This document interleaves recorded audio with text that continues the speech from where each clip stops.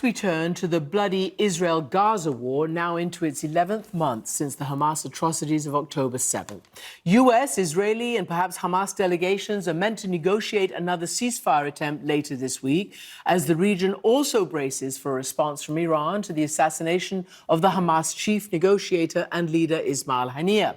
Meantime, in Gaza, the level of killing continues. Bodies are still being identified after an Israeli strike killed nearly 100 people sheltering at a school and a mosque in Gaza City, according to local officials. The director of Ambulance and Emergency Services in northern Gaza said they were, quote, civilians, unarmed children, the elderly, men and women.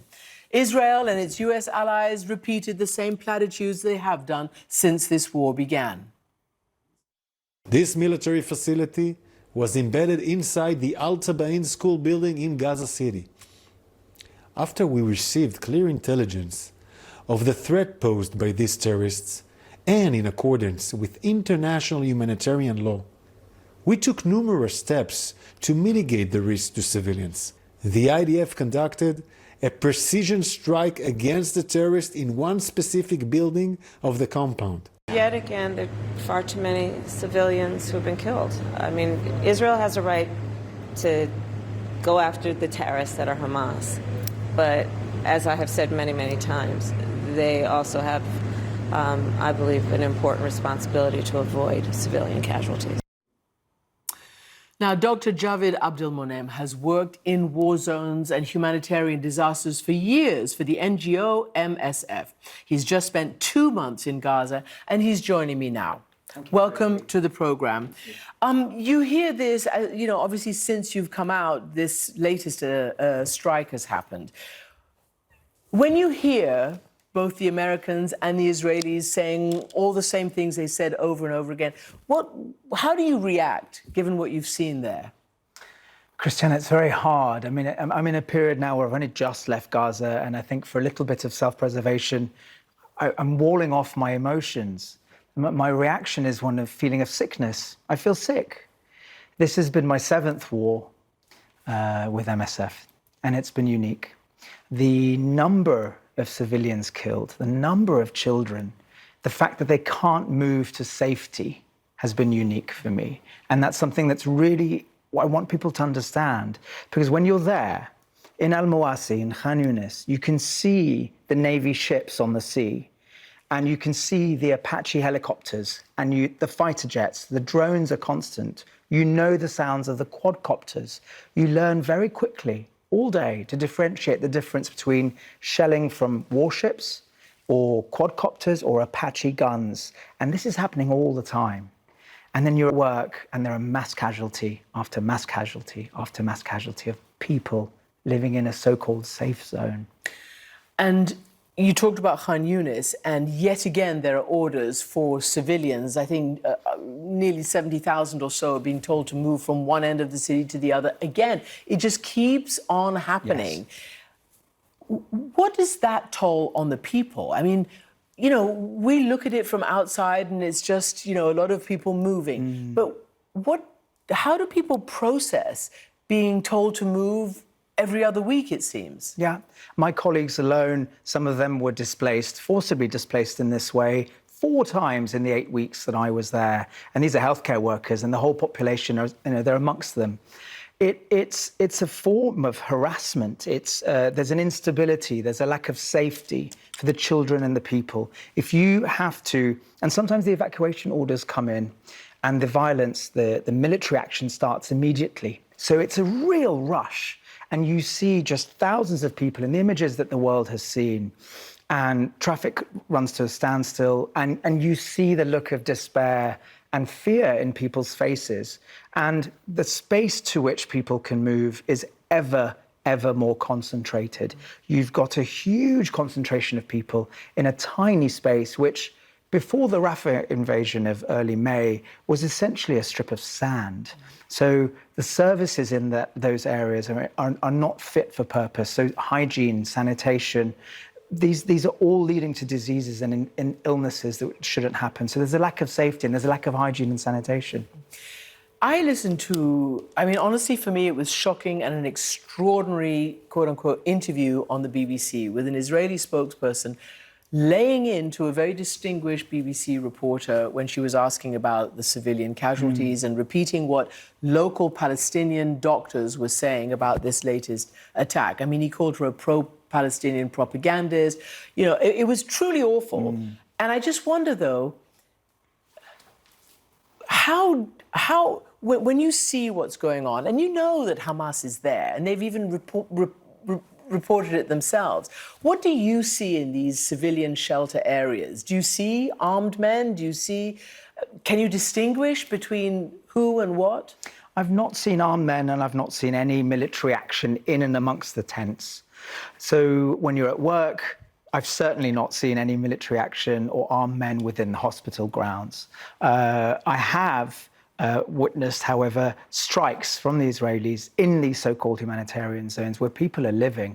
One of those strikes was at the wall of the ICRC compound. These cause mass casualties. There aren't anywhere safe, and that's why we ask for a ceasefire as MSF, because we can't practice safely, and people are coming into a health service that is on its knees. So I've not seen military action in and amongst the tents, and I've not seen military action in hospitals. We're showing some of your video. Give us a little description of what we're seeing, what you photographed there, what incident. This looks like the emergency room, actually, probably of Al. Oh, it's in Khan Yunis. I can't quite see. The Nasser hospital. Is it in Nasser? There you go. So you've got blood on the floor, you've got people working, and you've got injured people coming in. When I tell you that these mass casualties, for example, on July the 13th, was 189 injured people and 55 dead. On July 22nd, 265 injured people and over 80 dead. This is a huge influx of children, of healthcare workers in the mass casualty on the July 13th. The second wave of injured coming in were uniformed ambulance workers. It's so shocking for someone who's been in a war to see healthcare workers coming in like that. I was going to say, it's one of the grimmest places for healthcare workers as well. They have been, well, some targeted, some killed in the crossfire, killed in the event. How do the people who you work with, how do they keep up their endurance and keep their, moral and professional duty to do no harm and to keep trying to help people survive under these circumstances? I think we're all medics at core, and you go to work, and there's a huge element of stiff upper lip amongst my colleagues, and the number of times I've seen them shaking, eyes, pupils dilated, fear because of an evacuation order or a strike near where they were living that meant they had to displace and move somewhere for safety one night, and the next day they're at work. Or, for example, in middle of an evacuation order, for example, July 22nd, large evacuation order for eastern parts of Khan Yunis, rolling mass casualty all day. I look up from my mass casualty, and there's a colleague there who I know shouldn't be there, and I ask them, why are you there? And their brother and his children and their collective home had been struck that day. Or I go back to the ward, and the physiotherapist or the counsellor, both in tears, what's happened? Our families are calling us from that evacuation zone. They can't move out of the building. They can see Israeli tanks. They don't feel safe to come. So even though you're professional, you're working, you're coming to work, you have an armor, you steel yourself, there are moments where it penetrates you, and it really takes you aback. And people are expressing to me, when they express any emotion, are expressing to me that they'd rather just die. They're waiting for death. They've lost hope. And that's preferable to what they're going through with the serial displacements and the lack of safety. In your experience, and you've said this is your 7th war and you've been in countless disaster zones for MSF, all the records are being broken, so to speak, in Gaza. The most ordnance in the smallest territory in this number of months has been dropped. What, in your experience, does that mean for the future? Let's say the guns fall silent. What happens the day after? 2 or 3 things. I think one thing I'd like to say is, for example, the Nuseirat hostage rescue was June the 8th. We only discharged our last child from that ward, from our ward, a trauma unit that we're running in Nasser with the Ministry of Health and MSF, on July the 20th, June the 8th to July the 20th. This is a child who had a left forearm amputation and a shattered femur with an external fixator metalwork still on at the time of discharge. He also had such a severe concussion that he had seizures. Still smiling. These were the casualties of the crossfire during the rescue. Absolutely. So this is someone who's been in hospital more than 40 days, a family that are affected in that way. And that's one child of how many injured? And we mustn't then forget the mental, the trauma, the mental ill health that all Gazans are going through. So when the guns stop, everything that we're seeing now it's not over. These people need rehabilitation. They need to regain their sense of safety. Some restorative justice would be a good thing too. I want to ask you something. As you know, Benjamin Netanyahu and his right-wing, far-right allies have talked about total victory.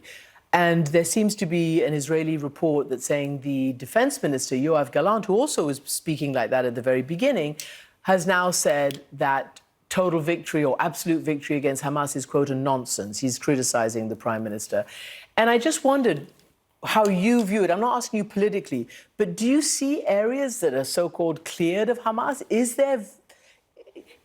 it getting any less Hamas or what? Because from what we gather, obviously the evacuation orders, the striking of this, the striking of that means that these people are still there. It's like whack-a-mole. That's how I see it, because the evacuation orders and the areas where you're getting strikes are repeating themselves. So even in Gaza City in the north, where we had a clinic, there were more evacuation orders. Now in Khan Yunis, back and forth. Khan Yunis was cleared much earlier this year. So them coming back to Khan Yunis to have to do any more military action was a surprise. And if that's an indication that Hamas are coming back, well, then it's an indication that Hamas are coming back where they were cleared. The consequence is that somewhere that was deemed safe or cleared, people move back. And then when there's a strike there again, that's why nowhere is safe. Do you hear from people at all? I don't know whether they would confide in you, but we do hear stories, we do hear reports. There occasionally when their polls can be taken, more and more Gazans are also blaming Hamas for their plight. They're just angry now. And we hear in leaked testimony, not testimony, but leaked messages from the Hamas people that, you know, this war has to continue, et cetera, et cetera. What do you hear from Gazans? Who do they hold responsible as well? I do hear sort of in an evacuation moment where you see, you know, people moving, and you do hear, and I speak Arabic, so I understand. So you do hear complaints about Hamas, but you hear complaints about the US, you hear complaints about the UN, you hear complaints about life. People feel that they've been left.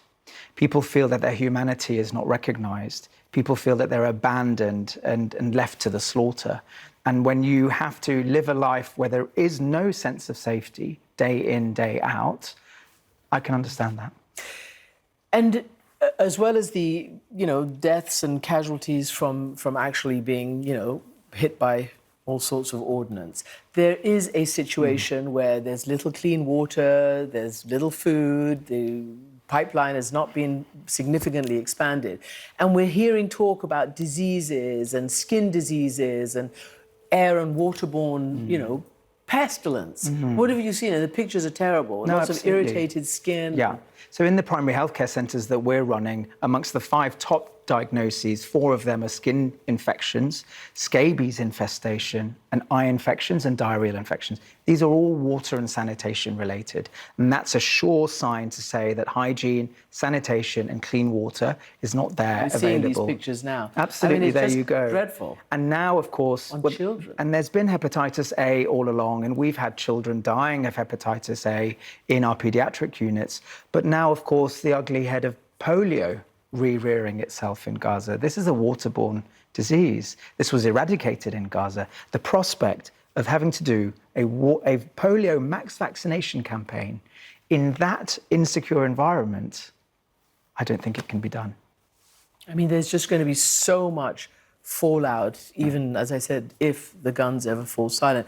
I want to ask you finally what you have seen, because, you know, we hear from the Israelis that they are letting goods in. We hear from Gazans that they're not getting enough goods in. And that incredibly right-wing finance minister, you know, Smotrich, has said in a speech that, quote, it may just be just and moral to starve Gazan residents in the war against Hamas, but says no one in the world would let us. And he's talking about 2 million people until the hostages were released. So many people have condemned those, so many of the allies. I mean, so what are you seeing about aid and that lot, and how do you react to that kind of comment? For the supplies, we've not had enough. We've not had the supplies we need. For example, through the 2 months that I was there, we had to either economize what we use or manufacture. We had to make surgical gowns and make crutches from local markets. We ran out of ibuprofen, simple painkillers. We were very low on fentanyl, and there was a bartering that you do with other organizations. So supplies were a constant battle, and there are first and second and third order ramifications of running low on something else or using other things. Fuel at one point, at the beginning of July, the ministry wasn't getting enough fuel in, and this meant that we could do less in the operating theatres. Water wasn't being pumped onto the wards. How do you clean a ward without water? So these are the things, then challenges that are consistent. For example, one of my shipments, which should have gone in really just before the Rafah offensive at the beginning of May, to the date that I left, July the 31st, still hadn't completely arrived. And that's just one shipment. And that's why we were constantly patching together what we can do. And that's taking up your headspace. When you have to spend each day working out what drug should we use instead, and so forth, you're not paying attention to quality of care, for example. And you briefly mentioned on the toll it took on you. How are you after these 2 months? I'm okay. I've been in many wars. I think Gaza, this experience has been very difficult for me because seeing my colleagues go through it and live it in real time has been very hard. Doctor, thank you so much indeed for being with us. Thank you.